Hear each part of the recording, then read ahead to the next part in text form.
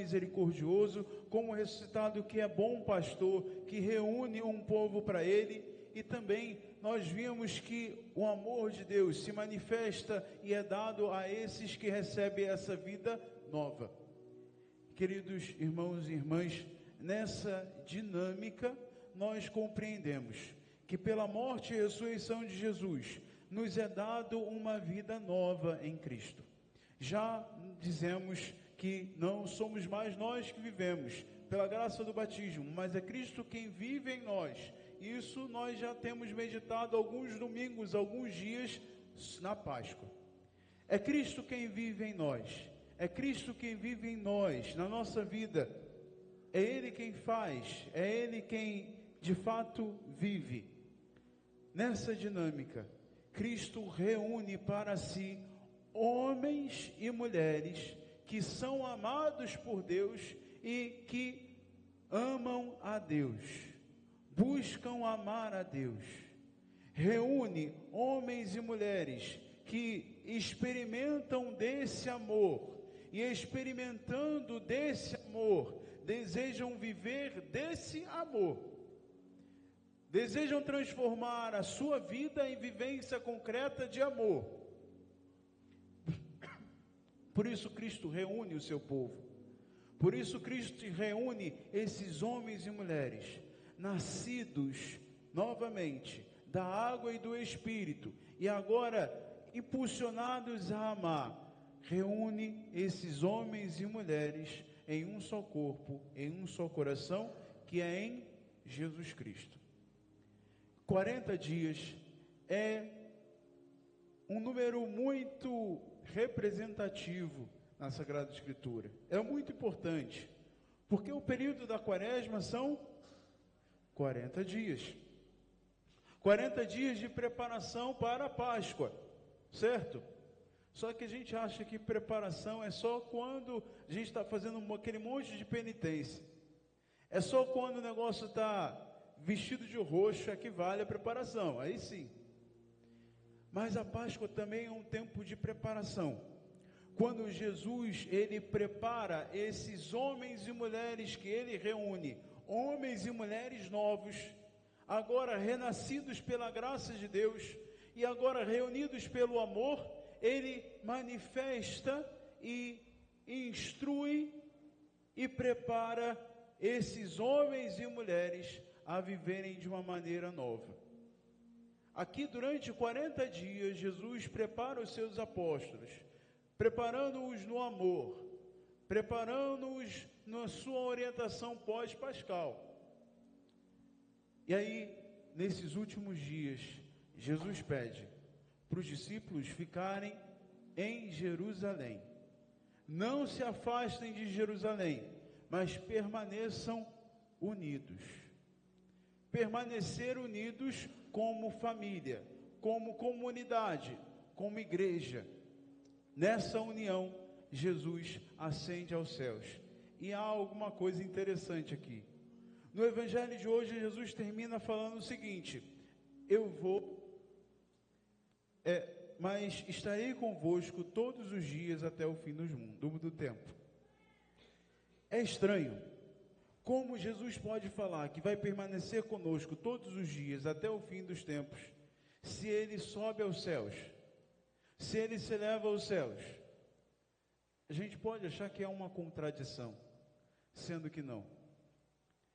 Jesus sobe aos céus para, junto do Pai, colocar a nossa humanidade à direita do Pai. Agora, um homem está à direita do Pai. Um homem está sentado à direita de Deus Pai. A nossa natureza humana agora se encontra à direita de Deus Pai. Dá para perceber a grandiosidade disso? Agora, o homem que era inferior aos anjos pela criação, agora, pela graça de Jesus Cristo, se coloca superior aos anjos. Se coloca ao lado de Deus. E aquilo que a serpente prometia aos homens, coma e serás como deuses, agora se concretiza por misericórdia de Deus. Ele nos coloca acima de todas as coisas, porque em Jesus Cristo somos recriados, feitos novos. E aí é interessante a segunda leitura de hoje, que fala o seguinte, termina da seguinte maneira. Eu não sei se você prestou atenção, mas no versículo 22 e 23 fala da seguinte forma: sim, ele pôs tudo sob os pés, o Pai, pôs tudo sob os pés de Jesus, que está acima de tudo, e é a cabeça da igreja, que é o seu corpo, a plenitude daquele que possui a plenitude universal. Ou seja, o corpo de Cristo, que é a igreja, que é a plenitude do Cristo que habita nessa terra, também se encontra nos céus, ao lado do Pai, e com ele está junto do Pai. É um mistério grande. Jesus, que junto do Pai permanece para sempre, também está aqui e agora, reunido em nosso meio, porque estamos reunidos em nome dele. A igreja, que é o corpo de Cristo, se encontra aqui e agora. A igreja, que é o corpo de Cristo, se encontra aqui, mas também se encontra lá, à direita do Pai, em Jesus Cristo, que é a sua cabeça. Não tem como separar corpo de cabeça. Tem como? Não. Mas unido a Cristo, somos um. Unidos no Senhor, somos um. Então aqui não há separação, mas há permanência, tanto aqui quanto lá.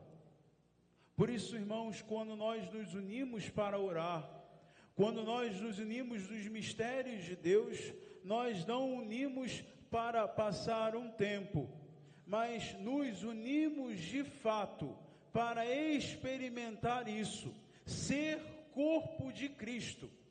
E Jesus, à direita do Pai, adora ao Pai como um homem perfeito, presta o perfeito culto a Deus. E nós, reunidos como irmãos, reunidos como família, prestamos o culto perfeito a Deus, porque é Cristo quem ora, porque é Cristo quem adora, porque é Cristo quem louva. Portanto, quando estamos em comunidade, é diferente de quando estamos orando sozinho. Tem o seu valor, sim. Mas quando estamos reunidos em comunidade, é o Cristo quem ora, é o Cristo quem adora ao Pai, e nós adoramos nele ao Pai. Por isso que a nossa adoração é perfeita.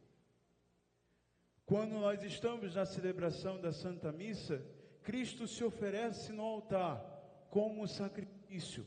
Ali ele está presente. Cristo se dá na palavra e ali ele está presente. Cristo se manifesta na pessoa do sacerdote e está presente. E Cristo se manifesta na pessoa de cada um que está aqui, que juntos eleva um louvor, a adoração verdadeira ao Pai. Nós vamos à missa não para receber coisa. Nós vamos à missa não para receber algumas coisas que Deus pode nos dar. Não vamos à missa para afagar talvez o nosso ego. Não vamos à missa para ouvir coisas legais e interessantes. Pode acontecer. Não vamos à missa somente para comungar. Parece estranho. Mas nós vamos à missa para adorar ao Pai em espírito e em verdade, de maneira perfeitíssima, sendo Jesus Cristo a adorar em nós, por nós e conosco. Deu para entender esse mistério? Esse é o mistério da ascensão do Senhor. Agora, um homem se encontra à direita do Pai e presta o culto perfeito ao Pai. E agora a igreja, que é o seu corpo, que está aqui reunida, pode prestar um culto perfeito ao Pai, não porque somos perfeitos, mas porque estamos unidos a Jesus Cristo, e Ele é perfeito e presta o culto perfeito. Por isso, queridos irmãos e irmãs, nessa dinâmica, nós precisamos viver de maneira intensa a Santa Eucaristia, a Santa Missa. Precisamos viver de maneira intensa o sacrifício do Senhor. Precisamos viver de maneira intensa aquilo que Ele se entrega a nós. Não é apenas aquilo que nós recebemos que importa, mas é aquilo que nós damos, é essa dinâmica do amor. Doar-se inteiramente ao Senhor. Viver a Eucaristia como um dom. Viver a Eucaristia como uma doação, a adoração de Cristo ao Pai. Por isso eu pedi para hoje usarmos a patena em que reúne todos os partículas juntos, para simbolizar que todos estão numa mesma patena e se eleva a Deus como um só corpo, que é o corpo de Cristo. Por isso, quando o sacerdote eleva sob o altar, já não é mais o pão, já não é mais o vinho, mas ele proclama: por Cristo, com Cristo e em Cristo. A vós, Deus Pai Todo-Poderoso, na unidade do Espírito Santo, toda honra e toda glória, por todos os séculos dos séculos. Aqui, tudo está sendo elevado ao Pai como uma adoração.